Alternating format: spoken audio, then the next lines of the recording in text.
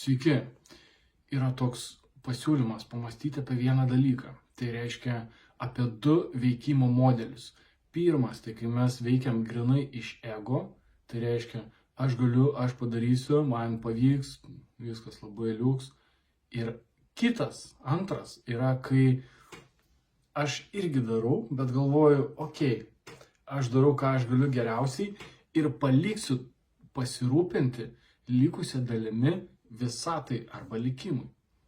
Ir kurį variantą naudoti. Nes jeigu aš visada veiksiu taip, kad aš galiu, davai, varom, ir aš nematysiu, kad aš realiai daužau galvą į sieną, tai aš eikvosiu savo energiją veltui ir gal netgi darysiu kažkokius dalykus, kurie kenks kitiems žmonėms. Ir tiesiog didžiulis kiekis gaišiu savo laiką, ne, ir kažkokią iš vis disharmoniją gal darysiu visoje aplinkoje. Bet jeigu aš pradėsiu galvoti, kad tai čia užtenka padaryti labai nedaug ir viskas kažkaip susidėlios, išsispręs, pavyks, irgi ne variantas. Nes gal aš taip galvoju dėl to, kad aš tiesiog tingiu daryti dalykus. Ir vat kaip suprasti, kurį variantą naudoti. Ir čia nėra formulės, kad visada daryk taip arba vis laik daryk taip. Čia ir yra šitas visas meistriškumas suprasti, kada ir ką naudoti ir kiek ko naudoti kiekvienoje situacijoje. Kiek naudoti pirmo varianto, kad važiuojam, aš padarysiu, aš galiu. Ir kiek naudoti to, kad padarom ką galim, bet nespaudžiam. Ir kaip tą išmokti, tai paprasta. Kai mes, pavyzdžiui, mokomės šaudyti su kažkuo, jeigu teko arba, nežinau, kamuolį mesti, į taikinį kažkokį pataikyti, į krepšį, įspirti, į vartus, nesvarbu. Mes tiesiog bandom. Ten šaunam, žiūrim, kad nepataikėm. Bandom dar kartą. Tada bandom kuo tiksliau pataikyti. Žiūrim, kad čia visai nepataikė. Čia arti. Ir kas tada vyksta? Mes mokomės. Čia visai gerai, čia tiesiai 10. Puiku. Ir va čia per laiką ateina ta meistrystė. Mes tada išmokstam. Ir va tai yra mūsų tas galėjimas efektyviai pasiekti tikslą, harmoningai, subalansuotai, teisingai.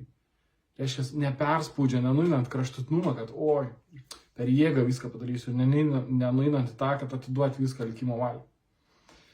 Viena istorija, viena mergina žaidė tokį žaidimą, aš ją gerai pažįstu. Ir tame žaidime, kad apskritai įeiti į žaidimą, reikia mesti kauliuką ir turi išmesti 6. Ir ta 6, tai yra, kaip sakyti, gali ir 20 kartų mesti tą kauliuką ir tau 6 neiškris, visi kiti skaičiai, nes nuo 1 iki 5, tarkim, ten iškrenta, o 6 ne.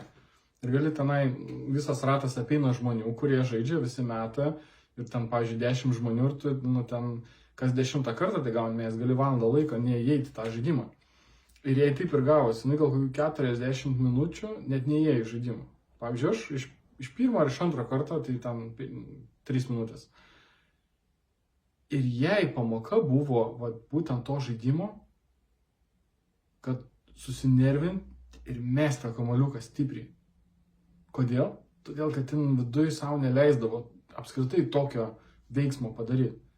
Nes sunku pasakyti, kodėl ta priežastis tokia. Bet kartais tiesiog reikia suimti ir 100% padaryti tą veiksmą.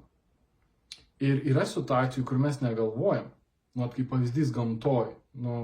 Tarkim, irgi ta mergina. Jeigu jai reikėtų apginti vaikus ir tikrai jau būtų fizinis pavojus vaikam, tai jūs patikėkit, ten būtų motiniškas instinktas tokio stiprumo, kad nebebūtų jokio galvojimo, būtų 100% veikimas. Tai reiškia, gamta kaip ir turi šitą elementą, bet ar mes jį naudojam? Ar mes savo protu prisigalvojam, spėjam aplenkti tą veiksmą ir, čia gal negerai, aš taip nedarysiu, taip nesirgsiu. Bet kai yra instinktas ir tu žinai, kad nėra kada galvoti, nebėra to galvojimo, mes tiesiog veikiam. Ir tai yra natūralu, ir tai yra gerai, ir tai yra pirmas variantas, kurį kažkada reikia naudoti ir kažkiek reikia naudoti. O kad sužinot kiek, kur ir ko, tai taip ir žiūrim, bandom, žiūrim, stebim ir bandom kažką sudėlioti.